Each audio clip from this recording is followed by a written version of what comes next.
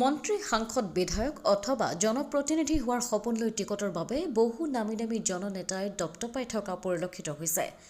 জনপ্ৰতিনিধি হ'বৰ বাবে তেওঁলোক ব্যয় কৰে কোটি কোটি টকা। জনপ্ৰতিনিধি অথবা জননেতাৰ উদ্দেশ্যই হ'ব লাগে জনসাধাৰণৰ উন্নয়ন সাধন কৰা, দুখীয়া দৰিদ্ৰৰ হিত সাধন কৰা। বিজেপি দলৰ শ্লোগান সবকা সাথ সবকা বিকাশ নীতিৰ আধাৰত সম বিকাশ আৰু সম উন্নয়নৰ কথা কোৱা হৈছে যদিও প্ৰকৃতাৰ্থত দুখীয়া দৰিদ্ৰ লোকসকলৰ বাবে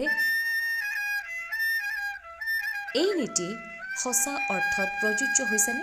বিধায়ক অথবা পঞ্চায়তৰ জনপ্ৰতিনিধিসকলে দুখীয়াৰ দুখ মোচন কৰিব পাৰিছেনে? সঁচা অৰ্থত দৰিদ্ৰ লোকসকলৰ প্ৰতি জনপ্ৰতিনিধিসকলে পিঠি দিয়া নাইনে? আজি এই প্ৰতিবেদনত ফুটি উঠিব জনপ্ৰতিনিধিসকলৰ কৰ্তব্য আৰু দুখীয়াৰ দুখ মোচন অথবা দুখ দুৰ্দশাৰ প্ৰকৃত প্ৰতিচ্ছবি। উন্নয়ন হোৱা বুলি সভা সমিতিত কৈ ফুৰা বিধায়ক প্ৰমোদ বৰঠাকুৰ, প্ৰাক্তন মন্ত্ৰী পল্লৱ লোচন দাস, বিধায়ক দিগন্ত ঘাটোৱালৰ গৃহ সমষ্টিৰ এয়া হ'ল চেলাইখাটি গাঁও পঞ্চায়তৰ চেলাইখাটি গাঁও। যিটো সময়ত মন্ত্ৰী সাংসদ বিধায়ক অথবা পঞ্চায়তৰ প্ৰতিনিধিসকলৰ চকুৰ সন্মুখতে বিশ্বনাথ সমষ্টিত চেলাইখাটিৰ এহাল বৃদ্ধ দম্পতীৰ দুখ দুৰ্গতিৰ এক কৰুণ দুৰ্বিষহ জীৱন যাপনৰ দৃশ্য চালে হয়তো আপোনাৰো চকু কঁপালত উঠিব। সততে দুখীয়াৰ দুখমোচন হোৱা বুলি দাবী কৰা এইসকল জনপ্ৰতিনিধিৰ বাবে এই উদাহৰণহে হয়তো যথেষ্ট হ'ব। চাওক চেলাইখাটি গাঁৱৰ এক দুখ লগা কৰুণ দৃশ্য।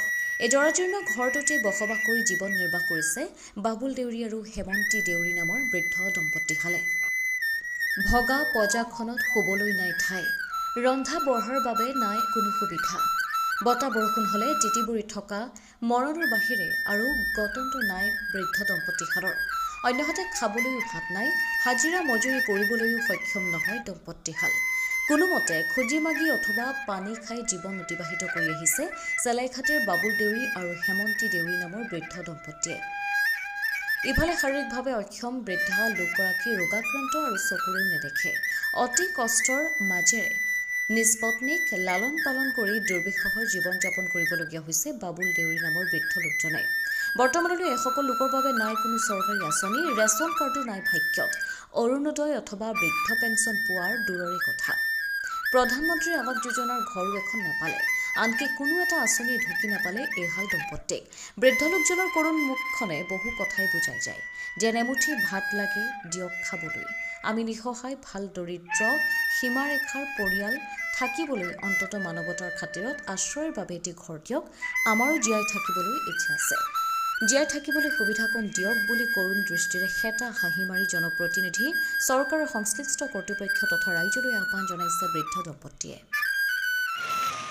বৰ্তমানলৈকে সা সুবিধা এটা নাপাওঁ গভৰ্ণমেণ্টৰ পৰা। গভৰ্ণমেণ্টে যদি দিয়ে আমি সা সুবিধা এটা পাওঁ। এইটো কাৰণে এতিয়া বেমাৰী আজাৰী চাব লাগে আৰু খোৱা বোৱাও যোগাৰ কৰিব লাগে আৰু খাবলৈ ববলৈ নাই। ঘৰৰ অৱস্থা এনেকুৱা, এতিয়া ঘৰ যদি ভাঙা চিঙা হাৱাই ভাঙি কৰি গোটেই লৈ যায় আৰু এইফালে দি কাম কৰিবলৈও মানে পৰা নাযায়। বুঢ়ীজনীকো চাব লাগে। এইটো কাৰণে যদি গভৰ্ণমেণ্টে কিবা এটা চায় তেতিয়াহ'লে ভাল পাওঁ। গভৰ্ণমেণ্টে আমাক দিয়ে তেতিয়া সুবিধাটো পাম, ভালেই হ'ব। আৰু এতিয়া বেমাৰী আজাৰ একো এটা নাই, গতিকে এই পানী দুনিকৈ খুৱাই জীয়াই আছোঁ। ভালে কথাটো।